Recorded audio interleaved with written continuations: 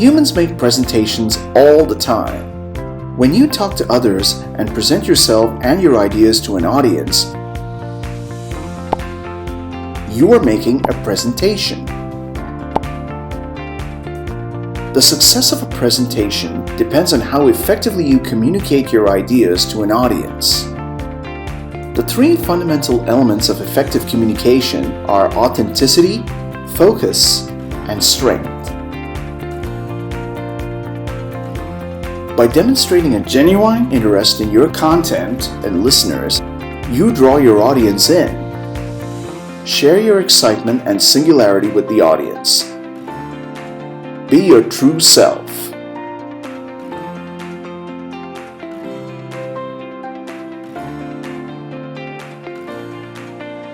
Focus on not only what you are trying to accomplish, but also on your listeners and what they need. The strength of your presence is influenced by factors such as voice, body language, and the quality of your content. The stronger your presence, the more engaging you will be and the more confidence you will inspire in your listeners.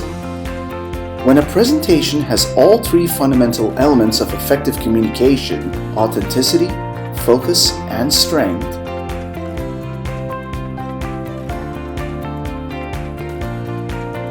it has its greatest chance for success.